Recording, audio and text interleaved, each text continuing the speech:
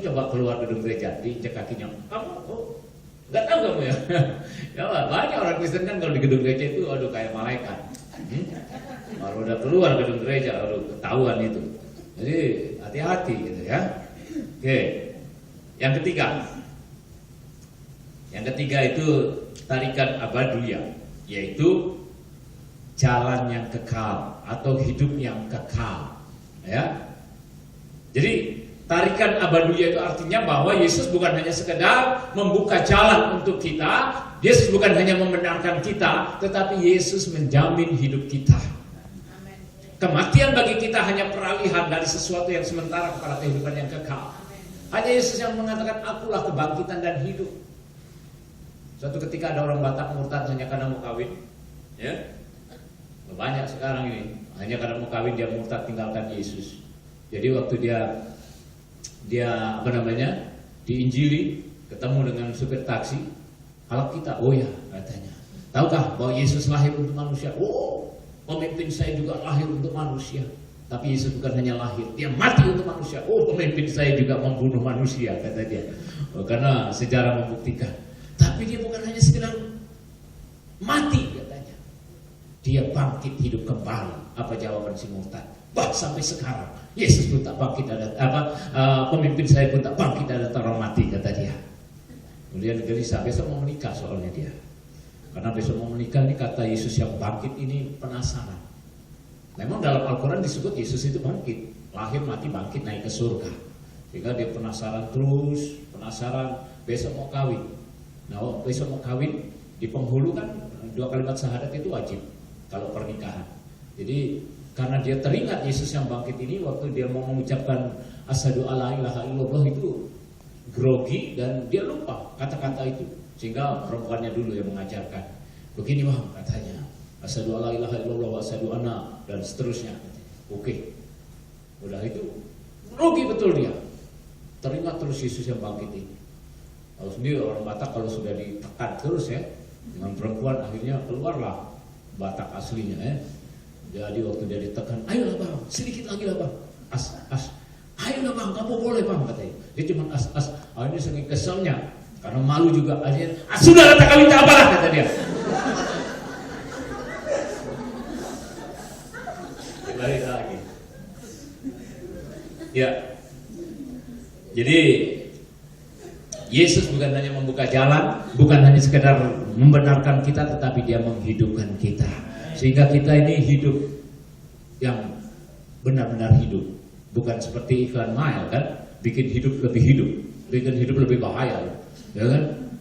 Rokok Mile aja berani bikin hidup lebih hidup. Padahal yang membuat hidup lebih hidup adalah Yesus Kristus. Kalau kita punya Yesus, maka hidup kita penuh dengan sukacita. Orang Kristen tidak pernah kenal duka cita. Kenapa? Karena tadi ada pujian mengatakan kita lebih daripada pemenang. Kalau kita lihat latar belakang, kita lebih daripada pemenang. Bagaimana orang-orang Kristen dianiaya di kota Roma, bagaimana mereka disuruh milih. Undang-undang Roma pada waktu sebelum Roma ditaklukkan, sebelum Roma mengalami transformasi adalah kalau ada orang berani mengatakan diri Kristen dan memakai salib, undang-undangnya adalah pertama diadu dengan singa, kedua ditaruh di atas paku yang tajam-tajam itu kemudian diinjak-injak, yang ketiga adalah dibakar hidup-hidup, yang keempat adalah pilih salibnya mau salib yang normal atau salib yang tidak normal. Itu undang-undangnya di kota Roma pada waktu itu.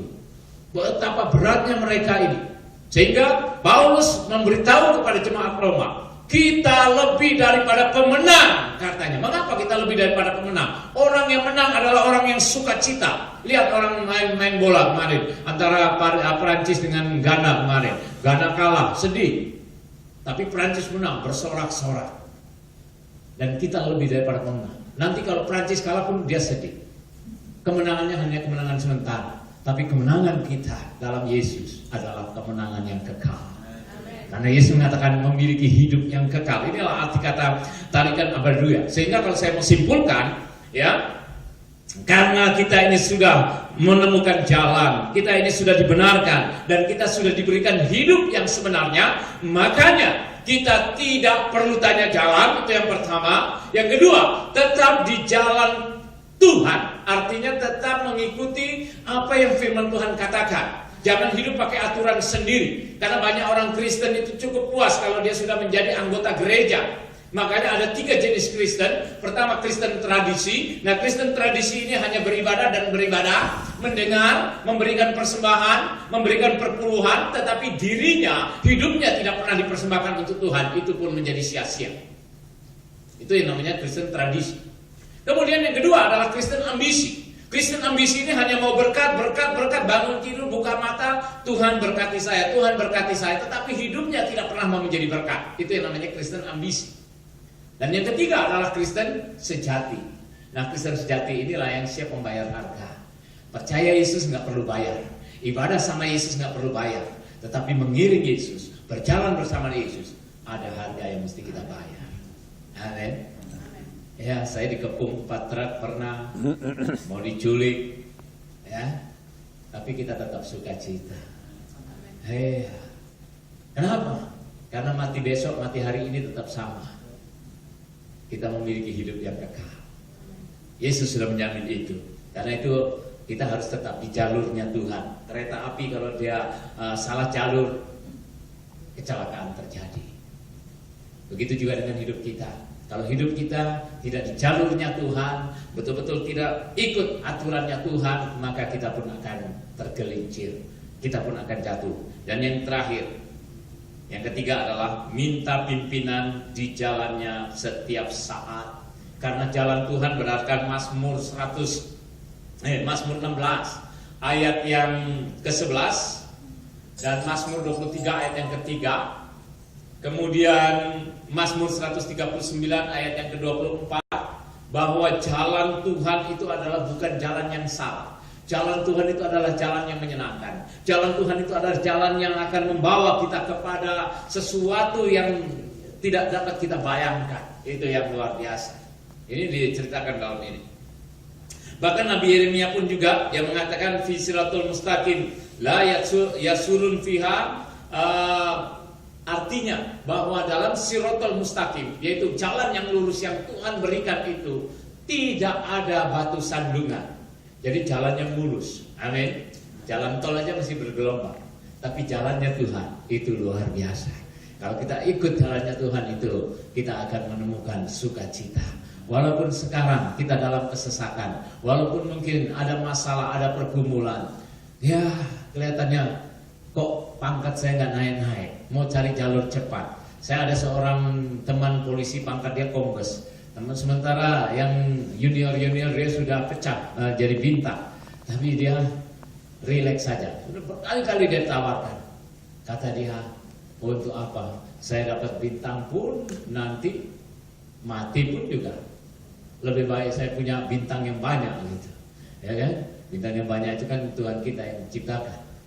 Itu, jadi dia tetap berpegang kepada iman dia. Dia tidak mau jual Yesus hanya karena jabatan. Dia tidak mau tinggalkan Yesus hanya karena penawaran-penawaran yang kelihatannya menggiurkan. Karena di zaman akhir ini, kita lihat aja nanti di televisi ya, perhatikan Eropa, Amerika, Turki, sekarang ini banyak sekali orang-orang jadi mualaf. Itulah yang membuat saya mendorong menulis buku Imanku Kuat karena mualaf, supaya orang Kristen tidak lagi murtad. Di kantong-kantong Kristen banyak sekali sekarang ini orang Kristen murtad. Ya, jadi inilah bahwa Yesus adalah siratal mustaqim itu. Yesus sudah memberikan jalan, membenarkan dan menghidupkan kita. Karena itu jangan jual kehidupan kita. Coba Bapak Ibu mau nggak nyawanya ditukar dengan 1 miliar? Pembunuh bayaran itu kadang-kadang membunuh cuma berapa juta aja bisa bunuh orang. Sekarang Malaysia lagi ngetrend dengan 5.000 ringgit kali 3 sekitar 15 juta. Mereka bersedia jadi pembunuh bayaran. Jadi nyawa orang cuma dihargai 5.000 ringgit Malaysia. Padahal nyawa kita ini mahal. Amin. Yesus menebus kita dengan apa? Mengorbankan dirinya di Golgota. Karena itu jangan jual iman kita. Mari kita berdoa. Terpuji-pujilah namamu Tuhan dari kekal sampai kekal. Kalau hari ini, siang ini kami anak-anakmu berhimpun, berkumpul di tempat ini, Kami boleh mendengar akan kebenaran firman-Mu, bahwa Engkaulah jalan kebenaran dan hidup yang ditanyakan oleh banyak orang. Nabi-nabi bertanya, bahkan saudara-saudara sepupu kami pun bertanya tentang jalan yang lurus. Engkaulah jawabannya. Kami berterima kasih Tuhan, kalau siang hari ini Engkau membukakan pengertian kepada kami bahwa hidup kami, nilai hidup kami sangat mahal, karena Engkau sudah membuka jalan untuk kami, untuk masalah kami, pergumulan kami, rumah tangga kami, masalah ekonomi kami, masalah pekerjaan kami. Engkau sudah buka jalan. Walaupun tidak ada jalan, Engkau senantiasa membuka jalan. Bahkan Engkau sudah membenarkan kami, orang-orang berdosa, orang-orang yang bercacat celah. Engkau rela mati hanya untuk membenarkan kami. Bahkan Engkau bangkit hidup kembali karena Engkau mau menghidupkan kami. Terima kasih Tuhan. Engkau memberkati umat-umat-Mu, anak-anak-Mu yang ditempatkan di Bank Indonesia ini, supaya mereka boleh menjadi berkat dalam kehidupan mereka, rumah tangga mereka, pekerjaan mereka, semua diberkati supaya mereka tetap di jalan-Mu, mereka tidak menyimpang ke kanan atau ke kiri, sehingga mereka akan menemukan sukacita, yaitu hidup yang berkemenangan di dalam Yesus Kristus Tuhan. Terima kasih, hamba-Mu sudah berhenti berbicara, tapi biarlah firman-Mu terus bergema dalam hati kami semua. Terima kasih Bapa. Engkau memberkati setiap semua yang sudah terlibat dalam pelayanan ini, pemusik, pemimpin pujian,